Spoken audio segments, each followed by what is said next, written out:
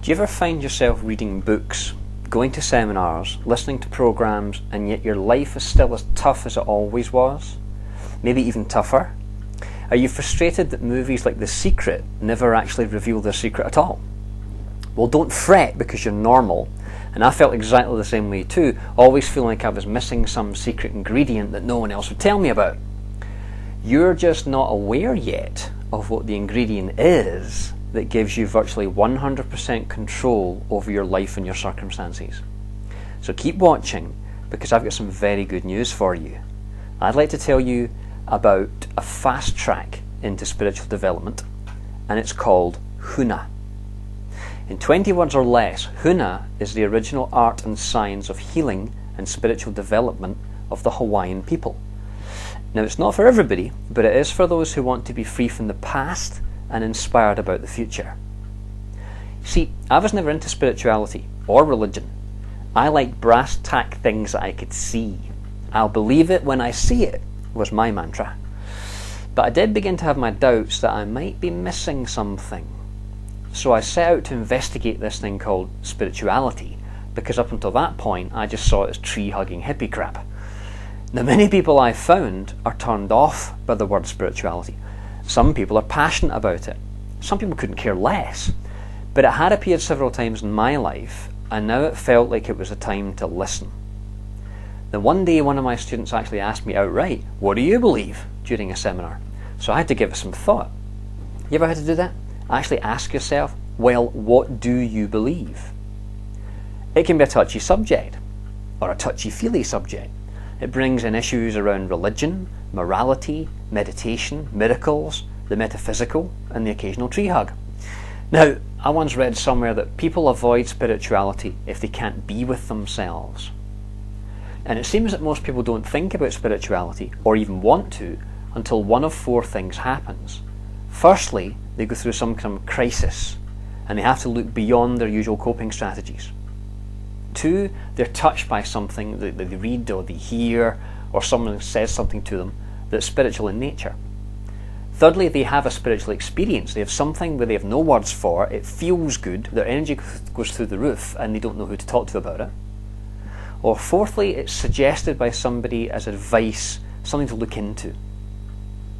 Or maybe you're just someone who yearns for connection. Human beings have a strong need to hook up with themselves as well as each other. There's also ecology. Is what you're doing good for you, good for your family, good for your community, and ultimately good for the planet? We're all growing and evolving, both individually and as a race, and personal development work of any kind will accelerate that growth. Huna especially. So let me tell you why. I first saw Huna in action in 1997 on an NLP course, where the trainer was also a teacher of Huna.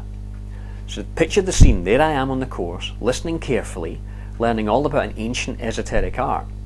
And I was about to see something that made a huge and lasting impression on me. See, there was another student on the course sitting next to me who had dislocated his shoulder, and he had his arm in a sling. It had been painful all week, and eventually he asked the trainer if the trainer could use Huna to help him. And here's what happened, and I swear this is true. The teacher asked the student, "Do you know what it is that you want to let go of?" And he said, "Yeah." He was then asked, "Do you know how you'd like it to be instead?" And he said, "Yes." Third question, "Is it totally okay with your unconscious to make these changes today?" He said, "Yes." And fourth question, he said, "Let me know when it's disappeared." Then he breathed in through his nose and out through his mouth 4 times, with the out breath long and extended. It sounded like this.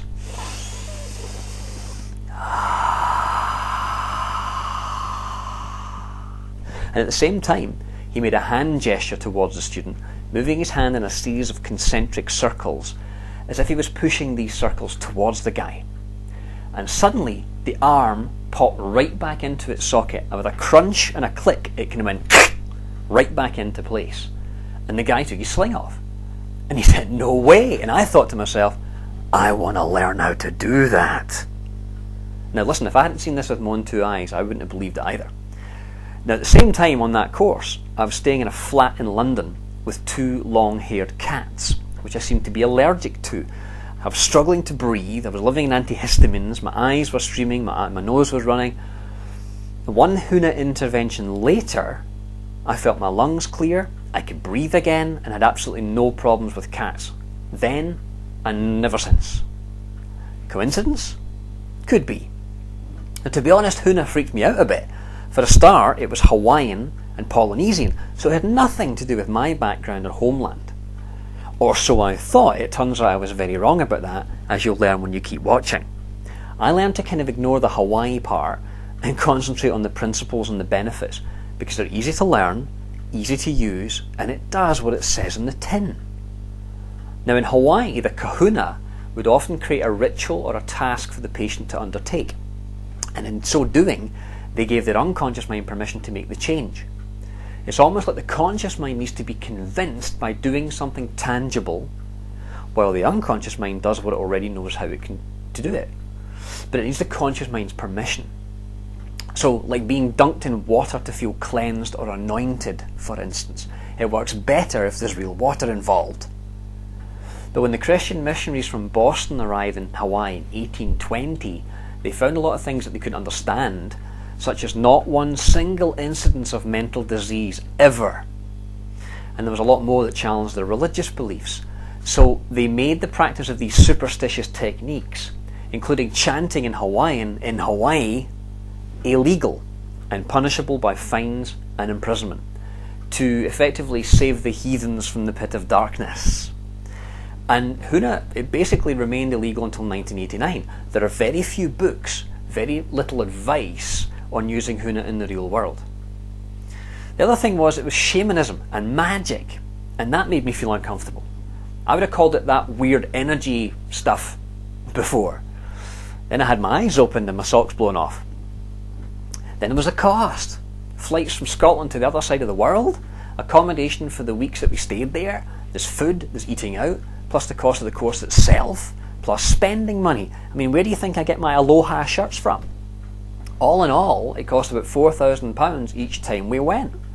So I spent about £20,000 on my Huna training over the course of 3 years.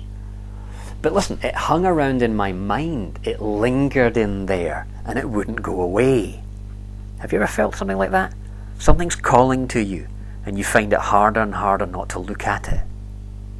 Now maybe you, like me, have a calling, that something calls to you for some inexplicable reason.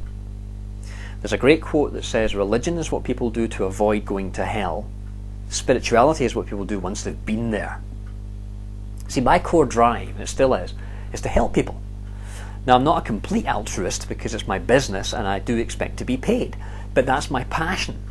I remember being 10 years old and I saw Star Wars when Obi-Wan Kenobi, obviously a Huna master, told the Imperial Stormtroopers, these aren't the droids you're looking for. And they went, these aren't the droids we're looking for. And they let them pass, instantly changing their minds. And I thought, I want to be able to do that. I want someone to come to me with a problem like depression, and with a wave of my hand I say, no you're not. And they wouldn't be. Now that would be magic. So I took a gamble, I put my money down, and I committed to doing just the basic Huna training. Now here's what actually happened, and how you can put it to work for you too.